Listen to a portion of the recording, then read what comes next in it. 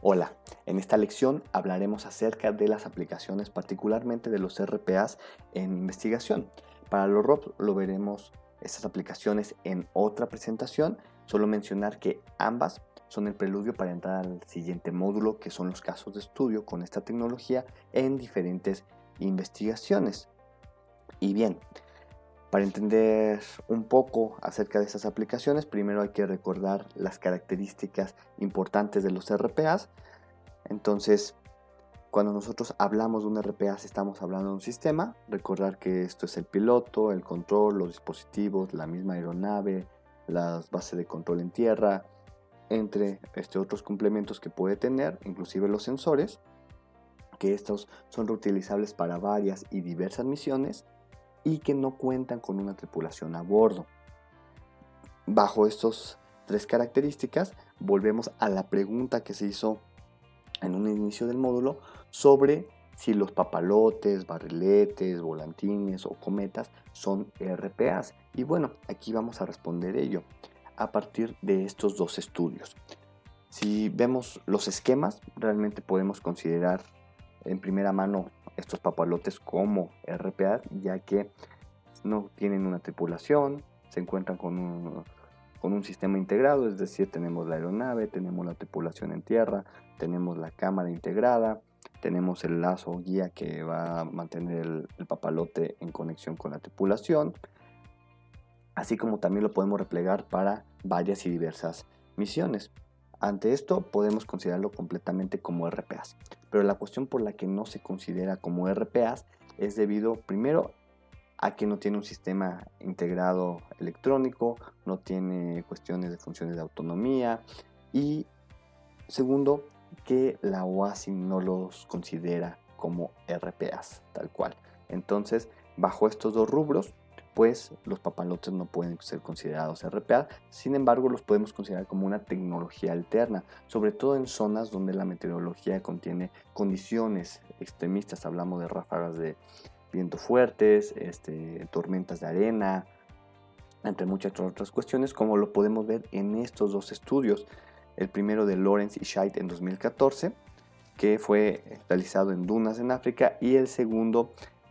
también en África, realizado por Marloff y colaboradores en 2002, donde trabajaron en este escarpe para poder sacar un modelo digital de terreno. Entonces es una tecnología alterna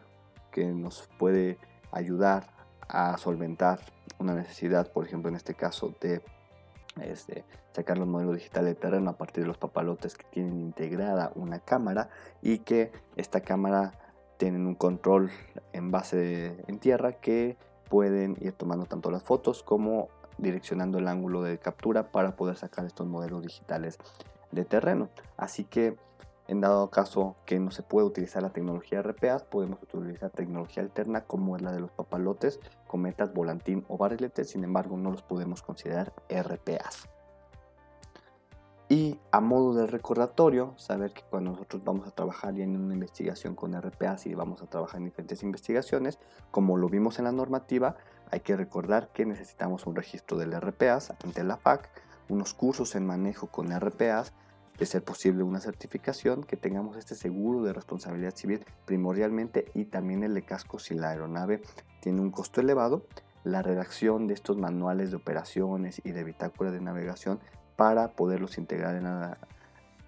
operaciones aéreas de investigación, también generar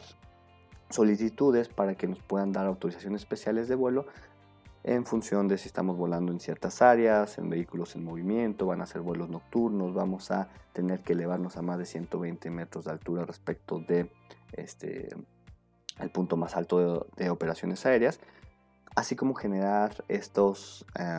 matrices de severidad, letalidad de riesgo o bien estos sistemas de gestión de riesgo como lo vimos en la parte de regulación y normativa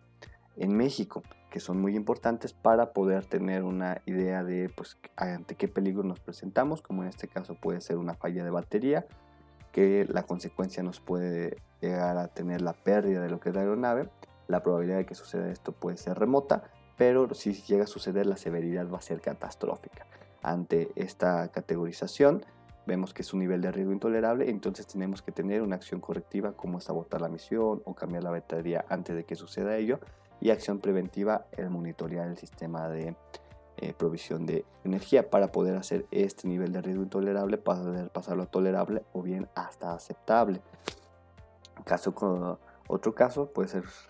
que podemos tener más cotidiano, es el ataque por aves, que la consecuencia es un daño hacia las aeronaves, hacia los equipos y también de la misma aeronave, que este sí puede ser más ocasional y su severidad sí que es importante, lo cual se considera un riesgo a nivel tolerable. Y como acción correctiva podemos abortar la misión, y acción preventiva pues colocar algún tipo de calca de color que ahuyente a las aves, que no les sea tan llamativo, o bien como acción preventiva pues siempre tener un observador en tierra que esté visualizando de todos los obstáculos y todas las aves presentes en sitio. Algo como ello podemos realizar, y de esta manera podemos atajar todos los rubros para poder llevar a cabo la investigación de manera correcta, no tener daños hacia la biodiversidad o hacia terceros o propiedades, y que así como realizamos la operación podamos replicarla tantas veces que queramos sin que sufra daños la misma aeronave. Obviamente esto es la parte de todo lo que necesitamos de documentación, regulaciones, normativas, etcétera. Pero pues viene después la parte para poder llegar a hacer la aplicación de las aeronaves y sus implicaciones de uso, ¿sí? Realmente pues esto va a depender de varios aspectos, y aquí va a ser la piedra angular de responder las preguntas: ¿qué es lo que queremos hacer? ¿Qué aeronave nos sirve? ¿Qué sensores nos sirve? Y son todas las lecciones que ya hemos visto, aquí se reúnen en una sola pregunta realmente: qué tipo de datos queremos colectar y qué opciones existen de esta toma de datos. ¿Realmente es necesario el uso del RPA, o ya hay datos que se han tomado en ese sitio, o con datos de imágenes satélite es más que suficiente? Por lo cual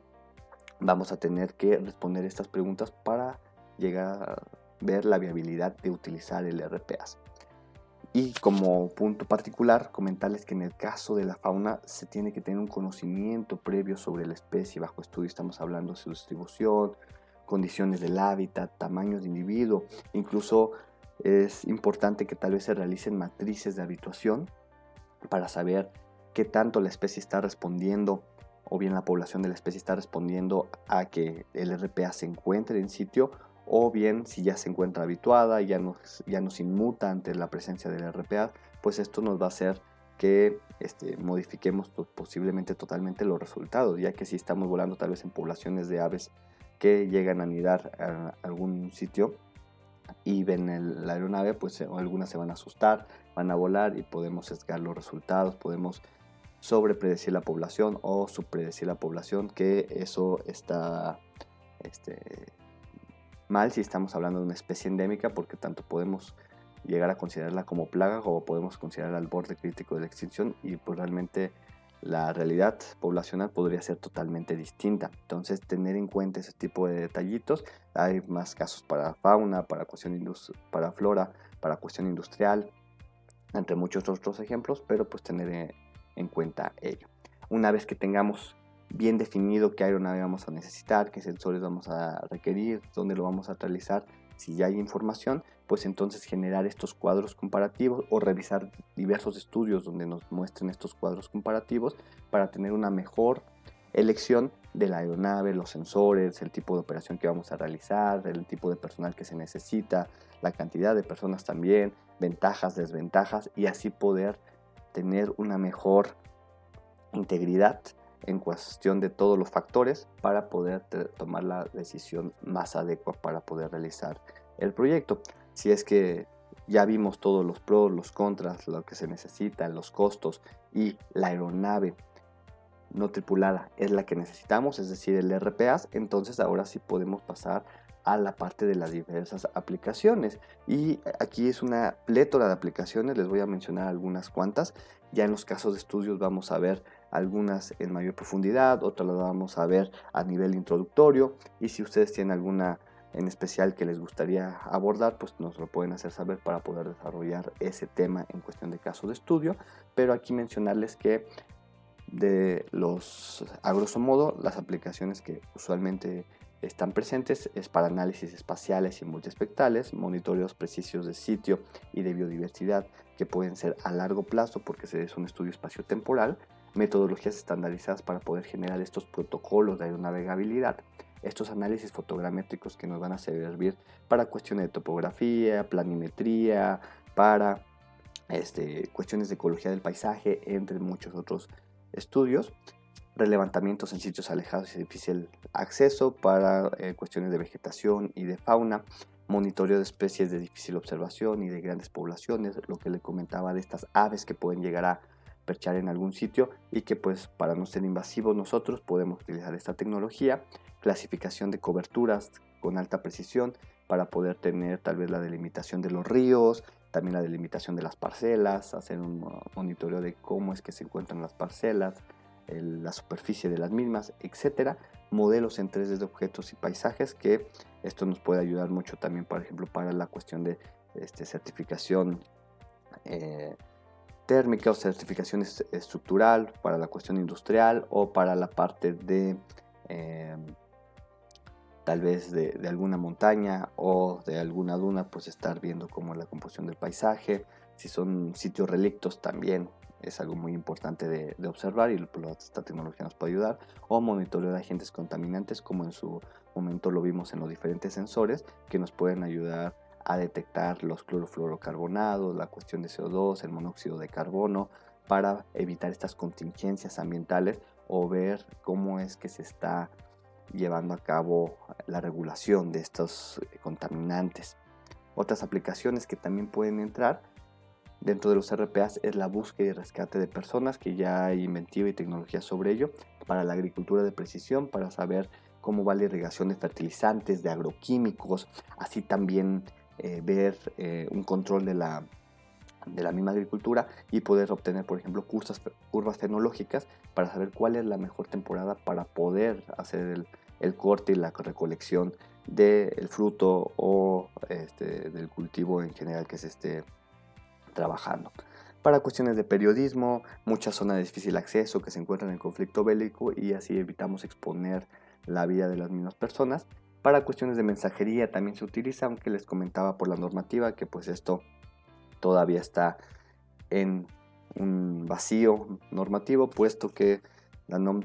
107 dice que no se pueden expulsar cosas a través de las aeronaves, pero pues ya lo están implementando en la mensajería, entonces ver cómo se trabaja en esta área y cómo se puede actualizar la NOM 107. Para cuestiones de topografía e ingeniería civil, para seguimiento de proyectos, certificaciones estructurales, para ver las cuestiones de tal vez algún tipo de accidente de construcción, ver qué es lo que pasó, dónde fue que hubo el fallo, dónde hubo pérdida de fuerza de las traves, etcétera, etcétera, etcétera.